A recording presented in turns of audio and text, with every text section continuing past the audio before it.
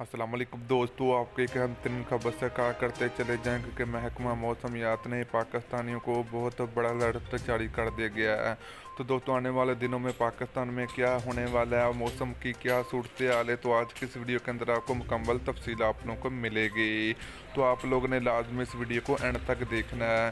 तो दोस्तों, अगर आप लोग चैनल पर पहली मरतबा तो बराए बेबाडी बिल्कुल फ्री में चैनल को सब्सक्राइब करके साथ लगी बेल आइकन जरूर अनेबल कर देनी है ताकि आप लोग हर खबर से रहें बाखबर।